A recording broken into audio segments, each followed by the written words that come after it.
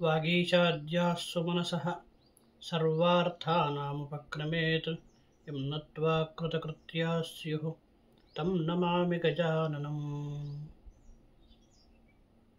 सदात्मध्याननिरतं विषयेभ्यः पराङ्मुखं नौमि शास्त्रेषु निष्णातं चन्द्रशेखरभारतीं विवेकिनं महाप्रज्ञं धैर्योदार्यक्षमानिधिं सदाभिनवपूर्वन्तं विद्यातीर्थगुरुं भजे।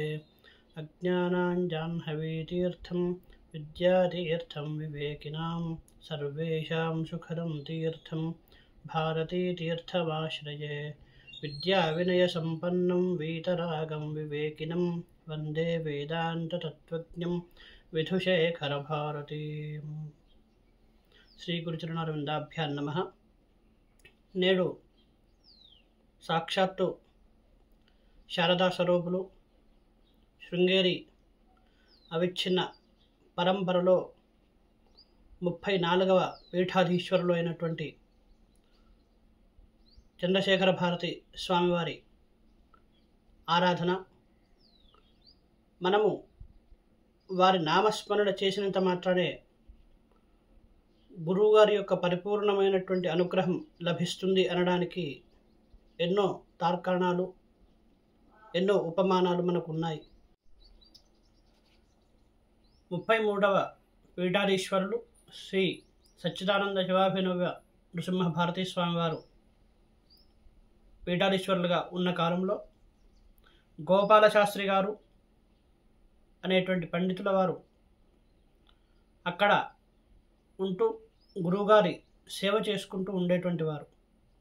ఒక మహాత్ములు ఉద్భవించాలంటే వారికి ఎంతో గొప్పనైనటువంటి తపస్సు చేసినటువంటి వారి గర్భంలోనే అటువంటి మహాత్ములు కరుణజన్ములు ఉద్భవిస్తారనడానికి గోపాల శాస్త్రి గారి దంపతులు ఉదాహరణ.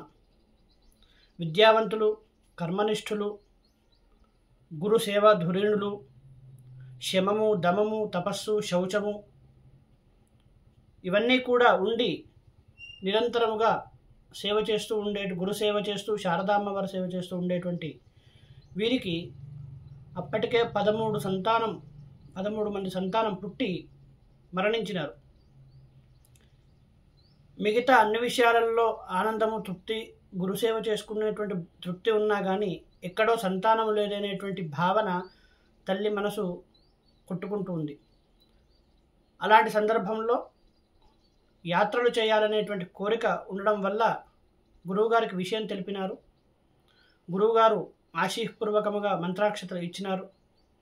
అక్కడి నుండి దంపతులు ఇద్దరూ కూడా బయలుదేరి ఆగుంబె, ఉడిపి, అక్కడ నుండి గోకర్ణం వెళ్ళి గోకర్ణంలో కొంతకాలం దీక్షగా ఉండి ఈశ్వరారాధన చేసి అక్కడ మనస్సు శాంతింపబడ్డ తర్వాత మనస్సు ఆ యొక్క లోపల ఉండేటువంటి దుఃఖం ఏదైతే ఉందో అది పోయి మనస్సు నిర్మలం కాగానే దీక్ష విరమించుకొని పునః మళ్ళీ శృంగేరికి చేరుకున్నారు. స్వామివారు కూడా బయలుదేరే సమయంలో మీ మనస్సులో ఏదైతే ఉంటుందో ఆ కోరిక మీకు సిద్ధిస్తుంది అనేటువంటి మాట ఆశీపూర్వకంగా చెప్పిన తర్వాత వీళ్ళు కూడా మనసులో అనుకుంటారు, మా కోరిక నెరవేరితే ఏదైనా సరే ఆ ఫలాన్ని మేము శారదామ్మ వరకే సమర్పించుకుంటాము అనేటువంటి మాట మనసులో నిశ్చయించుకొని వీళ్ళు ఆ యాత్రల్ని కూడా పూర్తి చేసుకొని మళ్ళీ తిరిగి వచ్చినారు. కొంతకాలం తర్వాత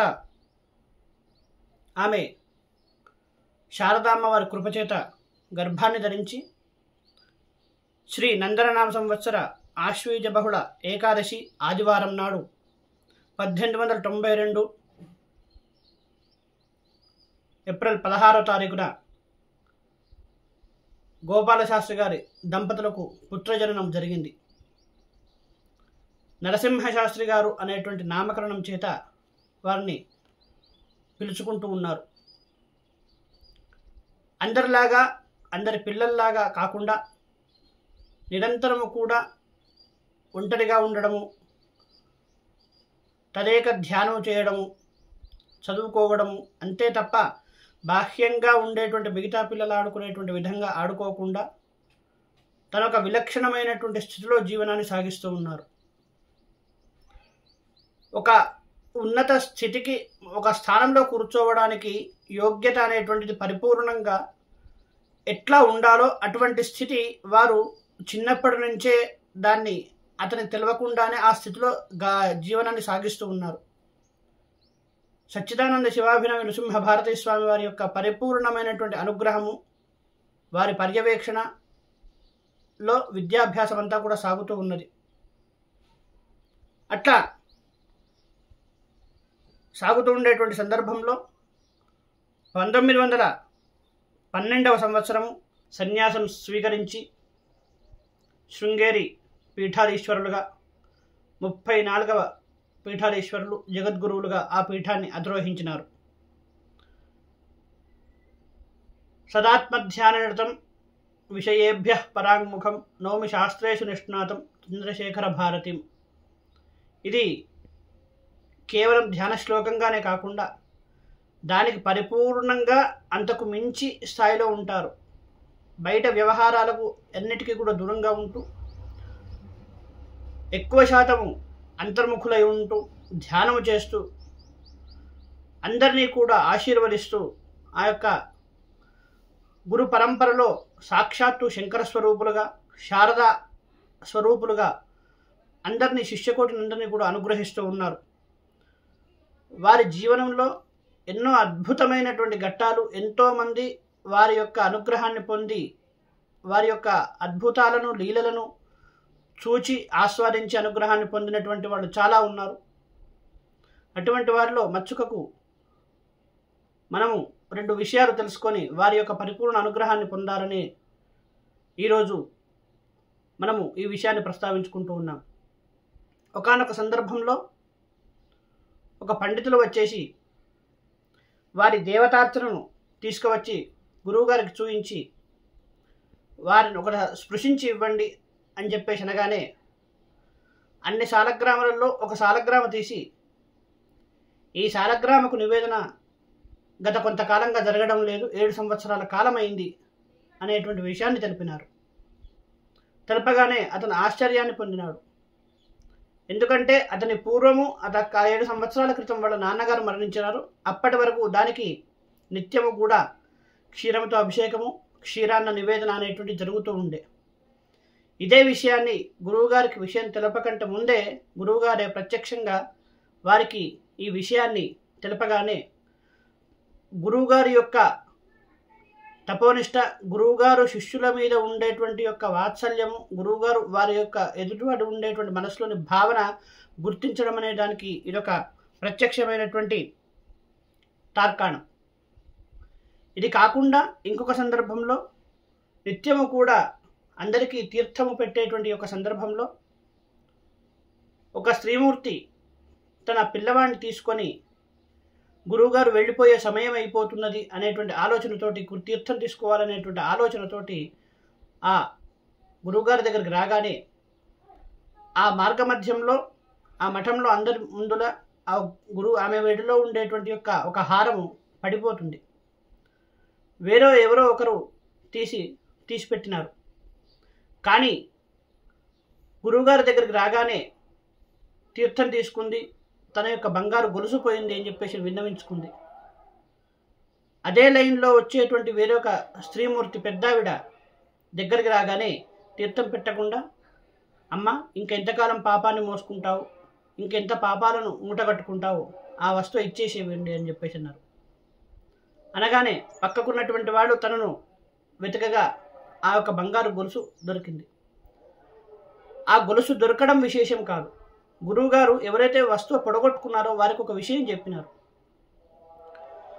నీవు ఇంట్లో నీ భర్త భోజనం పెట్టు అంటే గురువుగారు వెళ్ళిపోతారు, తీర్థం తీసుకోవాలనేటువంటి విషయాన్ని నువ్వు చెప్పి వచ్చినావు.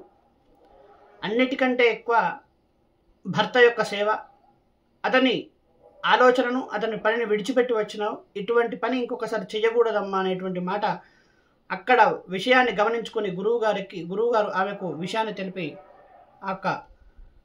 అనుగ్రహించినారు.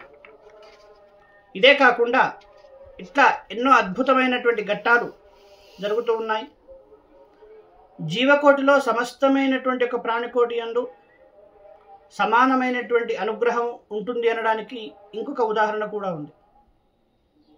నిత్యము చంద్రమౌళీశ్వర ఆరాధన చేసేటువంటి యొక్క గురువుగారు ఆ గురుభవనంలో ఒకరోజు చంద్రమౌళీశ్వర ఆరాధన చేస్తూ ఉన్నారు. అక్కడ శిష్యులందరూ కూడా కూర్చుని ఉన్నారు. అటువంటి సందర్భంలో పెద్దనైనటువంటి ఒక త్రాచుపాము అందరి మధ్యలోంచి వచ్చేస్తూ ఉంది. అందరూ కూడా భయపడిపోతూ ఉన్నారు. కానీ ఏమాత్రమూ కూడా చలించకుండా అక్కడ ఆరాధన చేస్తూ ఉన్నారు. ఎందుకు అంటే ప్రతి ప్రాణిలో దైవత్వాన్ని చూసేటువంటి ఒక గురువుగారు చీమలో ఉండేటువంటి ప్రాణం కానీ మనుషుల్లో ఉండేటువంటి ప్రాణం కానీ ఒకటే అనేటువంటి ఆలోచన ఉండేటువంటి గురువుగారు, అందరి మీద సమానమైనటువంటి కారుణ్య దృష్టి ఉండేటువంటి ఒక గురువుగారు దాని మీద ఎటువంటి యొక్క ఆలోచన కానీ ఎటువంటి కోపాన్ని కానీ భయం కానీ ప్రదర్శించకుండా ఈశ్వరుని యొక్క చంద్రమౌళీశ్వరునికి ఆరాధన చేస్తూ ఉన్నారు. అది ముందుకు వచ్చింది, పడగ విప్పి చూస్తూ ఉన్నది. గురువుగారు ఒక గిన్నెలో పాలు పోసి తన చేతిలోనే పట్టుకున్నారు. అది పాలు మొత్తం తాగింది. గురువుగారికి నమస్కరిస్తున్నటువంటి ఒక ఆలోచనతోటి ఒకసారి తల కిందకు వంచినట్టు చేసేసి మౌనంగా అక్కడి నుంచి వెళ్ళిపోయింది. గురువుగారు కూడా మళ్ళీ చంద్రమౌళీశ్వర ఆరాధన పూర్తి చేసినారు. ఇట్లా ప్రతి విషయంలో ప్రతి సందర్భంలో ఒక్కొక్క దగ్గర ఒక్కొక్క రకమైనటువంటి యొక్క భక్తులకు గొప్ప గొప్పనైనటువంటి అనుభవాలు కలుగుతూ ఉన్నాయి. అందరి మీద సమానమైనటువంటి కారుణ్యాన్ని చేస్తూ ఇలా కారుణ్యాన్ని అనుగ్రహాన్ని అందిస్తూ కూడా అంతర్ముఖులై ఎక్కువ కాలం ఆ తపోనిష్టలో ఉంటూ ఆ అమ్మవారి యొక్క ధ్యానము చేస్తూ ఆ పీఠాన్ని సాక్షాత్తు శంకర స్వరూపులుగా ఆనాడు మనం ఆదిశంకరాచార్యులను దర్శించలేదు, కానీ అటువంటి శంకర స్వరూపులుగా మనకు అనుగ్రహిస్తూ ఉన్నారు. ఇదొకటే కాకుండా కాలడి ప్రాంతంలో ఇంకొక గొప్పనైనటువంటి సంఘటన జరిగింది. పర్యటనకు వెళ్ళినటువంటి ఒక గురువుగారి దగ్గరికి ఒక ప్రభుత్వ ఉద్యోగి ముస్లిం అతను మనసులో దర్శనం చేసుకోవాలనే కోరిక ఉన్నది. కానీ ఎలా వెళ్ళాలి, ఇక్కడ నియమాలు ఏమిటి అనేటువంటివి ఏమీ తెలియదు. గురువుగారి దగ్గరికి వెళ్ళాలనేటువంటి ఆలోచనతోటి ముందు ఉండేటువంటి పరిచారకుడు విషయం తెలిపినారు.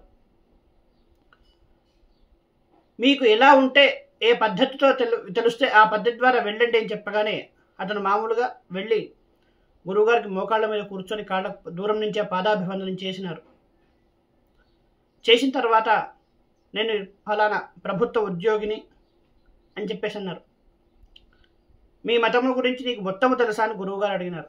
నేను ఏ గ్రంథాలు చదవలేదు, ఏ విషయాలు పెద్దగా తెలియదు, కానీ వెనకటి నుండి మా పెద్దవాళ్ళు ఏదైతే ఆచారాలను పాటిస్తున్నారో ఆ ఆచారాలన్నింటినీ కూడా నేను పాటిస్తూ ఉన్నాను. పైన ఒక అతీతమైనటువంటి శక్తి ఉంటుంది, ఆ పరమాత్మ అనేటువంటి వాడు ఉన్నాడు. ఏ రూపంలో ఉంటాడో నాకు తెలియదు, కానీ ఆ పరమాత్మ యొక్క దయ వలనే మనం ఇదంతా కూడా జీవనం సాగుతుంది అనేటువంటి ఒక విశ్వాసము నమ్మకము నాకున్నది. అది దృష్టిలో పెట్టుకుని ఈ జీవనాన్ని సాగిస్తున్నాను అనేటువంటి మాట అతను చెప్పినాడు. చెప్పగానే ఇదే సత్యము, అన్ని మతాలకు ఇదే పరమార్థము, ఏ మతంలో తీసుకున్నా ఇదే అనేటువంటి అంశం ఉంటుంది. కాబట్టి ఆ యొక్క సత్యాన్ని ఏదైతే నువ్వు తెలుసుకున్నావో అదే సత్యాన్ని పట్టుకొని జీవనాన్ని సాగించు అనేటువంటి ఒక విషయాన్ని తెలిపినాడు, అనుగ్రహించినారు. తరువాత అతను అంటాడు, స్వామి నా యొక్క ఇంకొక సంవత్సరంలో నా ఉద్యోగ విరమణ జరుగుతున్నది, దీని తర్వాత నేను వేరే ఇతరమైనటువంటి గ్రంథాలు అవి ఇవి చదువుకోవాలనేటువంటి కోరిక ఉంది, దీని సంబంధమైనటువంటి విషయాలు తెలుసుకోవాలనే కోరిక ఉంది అంటే, కానీ వయసు సహకరిస్తుందో లేదో అనేటువంటి మాట అంటే, లేనటువంటి విషయాలను తెలుసుకొని ఇబ్బంది కబడి దాని మీద విశ్లేషణ చేసి మనస్సులో ఇతరత్రమైనటువంటి భావనను ఉత్పన్నం చేసుకునే కంటే ఏదైతే ఇప్పటి వరకు తెలుసుకున్నావో ఏదైతే పాటిస్తున్నావో దాని మీద నిశ్చలమైనటువంటి బుద్ధితో దృఢంగా ఉంటూ నీ యొక్క జీవనాన్ని సాగించు, దృష్టి మరల్చకుండా. నీ యొక్క మతంలో ఉండేటువంటి ఏదైతే దేవతా స్వరూపం ఉందో అది నిరంతరము కూడా నిన్ను అనుగ్రహిస్తుంది అనేటువంటి విషయాన్ని గురువుగారు అతనికి తెలిపి ఆశీపూర్వకంగా అనుగ్రహించినారు. గురువుగారు నిరంతరము కూడా తపోనిష్టలో ఉండేటువంటి వారు అని చెప్పుకున్నాం. అరతిర్ జనసంసని అనేటువంటి ఏదైతే శ్రీకృష్ణ పరమాత్మ చెప్పినాడో, బాహ్య ప్రపంచానికి బయట జనాలకు చాలా దూరంగా ఉంటూ ఎవరైతే మనస్సులో నిశ్చలమైనటువంటి యొక్క జ్ఞానాన్ని తెలుసుకోవాలనేటువంటి ఆలోచన ఉండేటువంటి శిష్యులు ఉంటారు. అటువంటి వాళ్ళ దగ్గర వాళ్లకు అనుగ్రహిస్తూ లౌకికమైనటువంటి విషయాలతో ఉండేటువంటి వాళ్ళందరికీ కూడా దూరంగా ఉంటూ గురువుగారు తన యొక్క తపోనిష్టను సాగిస్తూ ఉన్నారు. ఒకానొక సందర్భంలో చక్కని సుముహూర్తంలో ఉత్తరాధికారిగా శ్రీమత్ జగద్గురు అభినవ విద్యాతీర్థ మహాస్వామి వారిని కూడా పీఠాధీశ్వరులుగా తీసుకొని ఇంకా బాహ్య ప్రపంచానికి దూరం అయిపోయి అంతర్ముఖులుగా ఉంటూ తపోనిష్ట చేసుకుంటూ ఉన్నారు. చిట్ట చివరికి 1954వ సంవత్సరము భాద్రపద మాసము మహాలయ అమావాస్య రోజున ప్రాతకాలంలో స్నానము చేద్దామని చెప్పేసి ఆ తుంగా తీరానికి వస్తూ ఉండగా వెనకాల పరిచారకుడు వస్తూ ఉన్నాడు. గురువుగారికి చెప్పినాడు, స్వామి నీళ్లు వేడి నీళ్లు ఉన్నాయి, చల్లటి నీళ్లు వద్దు, ప్రవాహం పెద్దగా ఉంది అంటే నాకు తెలుసు అనేటువంటి విషయాన్ని తెలిపి నదిలోకి వచ్చినారు. 3 మునకలు మునిగినారు, మళ్ళీ లేచినారు. ప్రాణాయామం చేస్తూ పద్మాసనం వేసుకొని అట్లాగే ఉండిపోయినారు. ఆ ప్రవాహము ముందుకు నూగుతూ ఉన్నది గురువుగారి యొక్క భౌతికమైనటువంటి శరీరాన్ని. అది గమనించినటువంటి ఆ వెనుక ఉండేటువంటి మహాబల భట్టార్ అనేటువంటి పరిచారకుడు గురువుగారిని పట్టుకోవడానికి ప్రయత్నం చేసినాడు. కానీ ఆ ప్రవాహం తాకిడికి అతడు కూడా నీళ్లు మింగి స్పృహ కోల్పోయే పరిస్థితి వచ్చేసరికి వెనకాల ఇంకొక వారు వెళ్ళి వాళ్ళిద్దరిని కూడా తీసుకువచ్చినారు. ఆ మహాబల భట్టారు అనేటువంటి వారు స్పృహకు వచ్చినాడు. కానీ గురువుగారు అప్పటికే పద్మాసనంలో తన యొక్క బాహ్య శరీరాన్ని విడిచిపెట్టి ఆ శారదా అమ్మవారిలో ఈ భాద్రపద అమావాస్య రోజున అంతర్ముఖులైపోయినారు. శరీరాన్ని విడిచిపెట్టి అట్లా గొప్పనైనటువంటి తపోనిష్ఠులు సాక్షాత్తు కుంభావ సరస్వతి అటువంటి అవిచ్ఛిన్న గురు పరంపరలో దక్షిణాన్నాయ శృంగేరి శారదా పీఠాన్ని అధిరోహించి ఎంతోమందిని అనుగ్రహించినటువంటి ఆ చంద్రశేఖర భారతి స్వామివారికి అనంతకోటి సాష్టాంగ ప్రణామములతో స్వస్తి.